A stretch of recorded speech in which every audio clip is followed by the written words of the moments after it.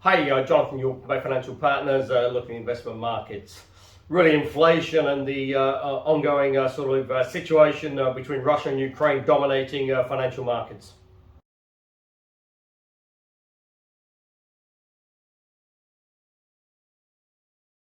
Now, certainly while tensions remain pretty high on the Ukraine-Russian border, potentially some of the Russian troops have started to withdraw a little bit.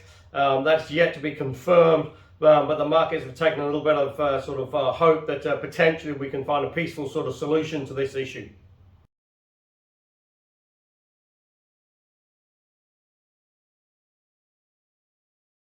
Because certainly President Putin is making the right sort of noises now after taking a pretty hard line up until recently.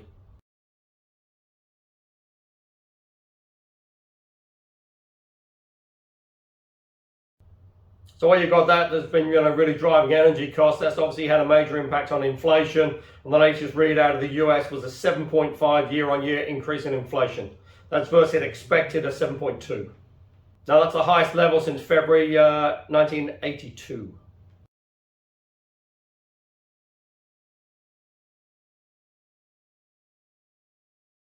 So all that's led to speculation now that potentially the Fed might look at a 50 basis point hike in March.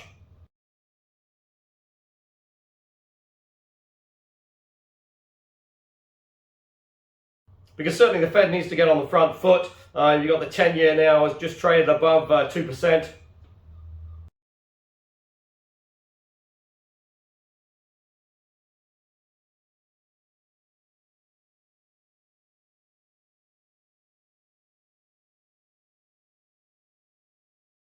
So against that backdrop, US economy is still doing pretty well. Obviously, tech stocks have been beaten up pretty badly over the last sort of 3 to 4 weeks as potentially rising interest rates start to impact on their earnings.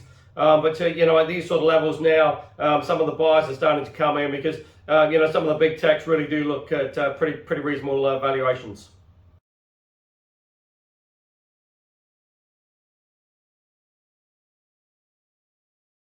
And all the time as well, bubbling away in the background, you've got the sort of midterm elections come up in November in the US. And just as a side issue on that, sort of quite interesting that ex-President Trump's accountancy firm has now said potentially you can't rely on the information that has been supplied to them for the returns for the last sort of 8 to 10 years.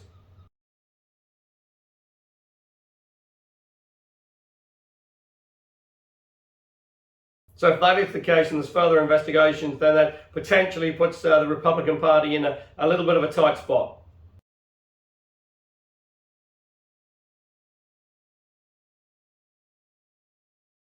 Just on the supply chain issue as well, it's interesting that the Baltic Dry Index is starting to fall again. That's been gradually sort of notching down over the last sort of 2 to 3 months, which potentially implies that sort of shipping routes and obviously supply chains are getting back to a more sort of normal stance.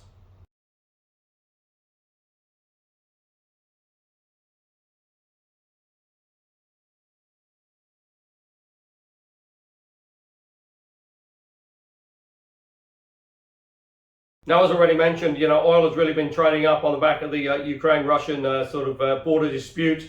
That's now backed off potentially, as you say, these Russian troops are starting to, well, some of them have started to withdraw. But oil at one point was, close to $95 a barrel, now just above 90.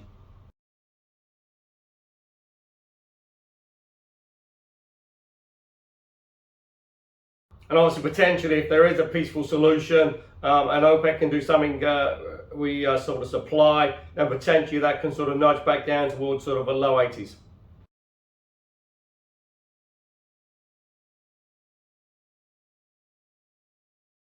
And if that is the case, then obviously takes quite a bit of inflationary pressure out of the global economy.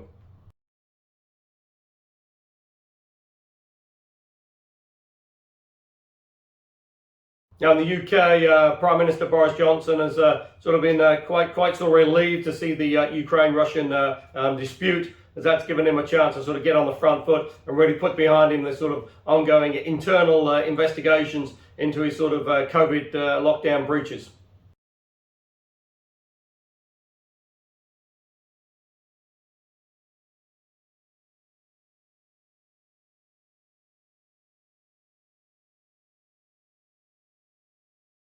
But again, after the recent hike from the Bank of England, potentially you've got a further 1% of interest rate hikes now in the UK before year end.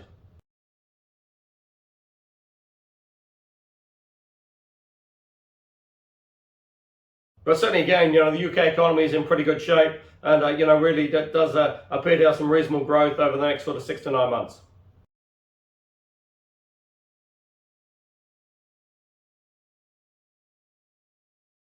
Europe's a little bit different because you've certainly got still quite a few sort of countries experiencing sort of anti-mandate, anti-vax sort of demonstrations, and it's really potentially there is some risk there of a little bit more social unrest as we head into the summer months.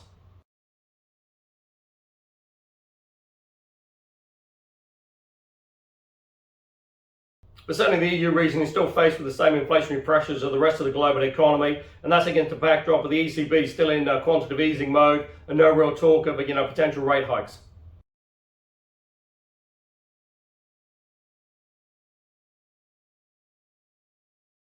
Now, Australia, the sort of Australian economy is now bracing itself as they start to reduce those restrictions on sort of international borders and really welcome tourists back into Australia.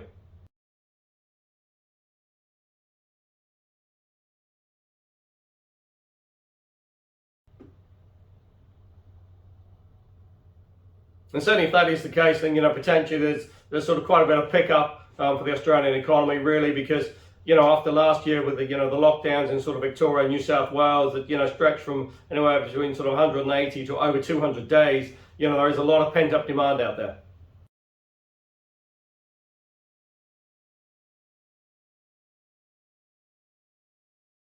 Obviously, what is really helping the Australian economy as well is that sort of demand for minerals and especially iron ore.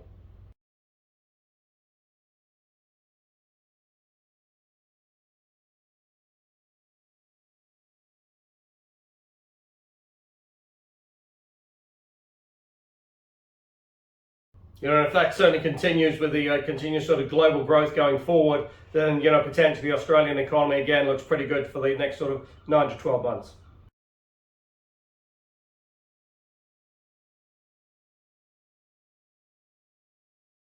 And that added to the fact that Australia is not seeing quite the same sort of inflationary pressures going through as the rest of the global economy. Again, Australia looks in pretty good shape over the next sort of 6 to 9 months.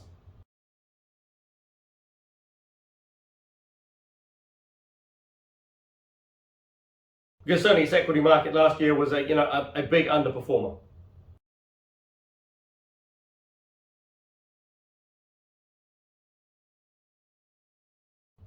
Now, certainly in January, the New Zealand equity market, really suffered pretty big time. It was down just over 8%.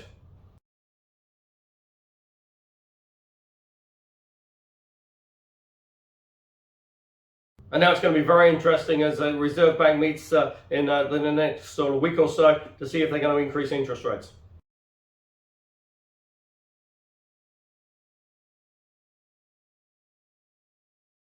Because currently the OCR is 0.75.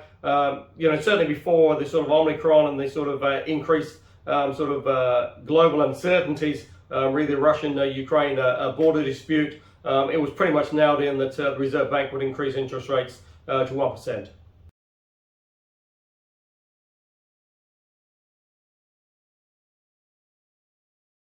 Now, present with a 10-year interest rate at around sort of 2.6, that implies an OCR of around 2.5 by year end.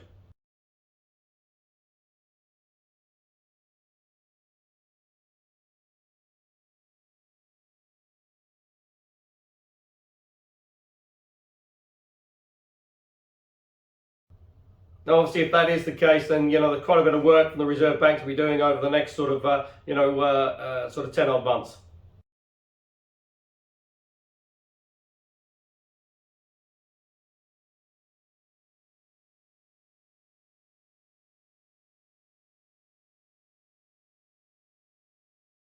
And if that was the case as well, and the OCR was 2.5 by the year end, that would have a major implications for the housing market.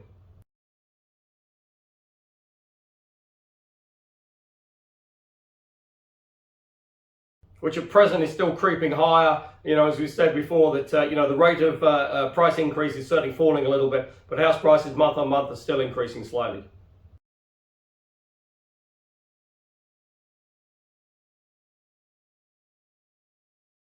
But it would just be interesting to see what happens really once the borders do start to be relaxed. Potentially that's at the end of the month now with Australia, and then as more sort of Kiwis can then get the chance to sort of fly and go overseas, potentially that might just reduce some of the pricing pressures in the housing market.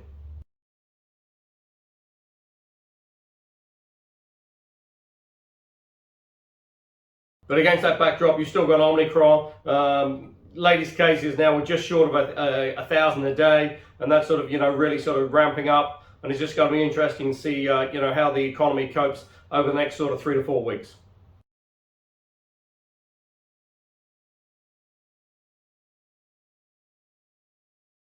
Because at present it looks like Omicron in New Zealand sort of peaks maybe sort of mid to late sort of March.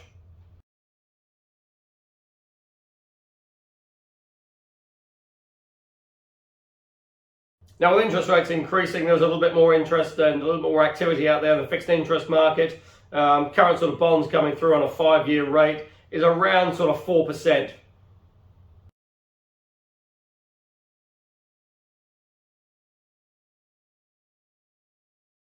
Whereas if you look at that sort of 12 months ago, that was probably closer to sort of 2.5%.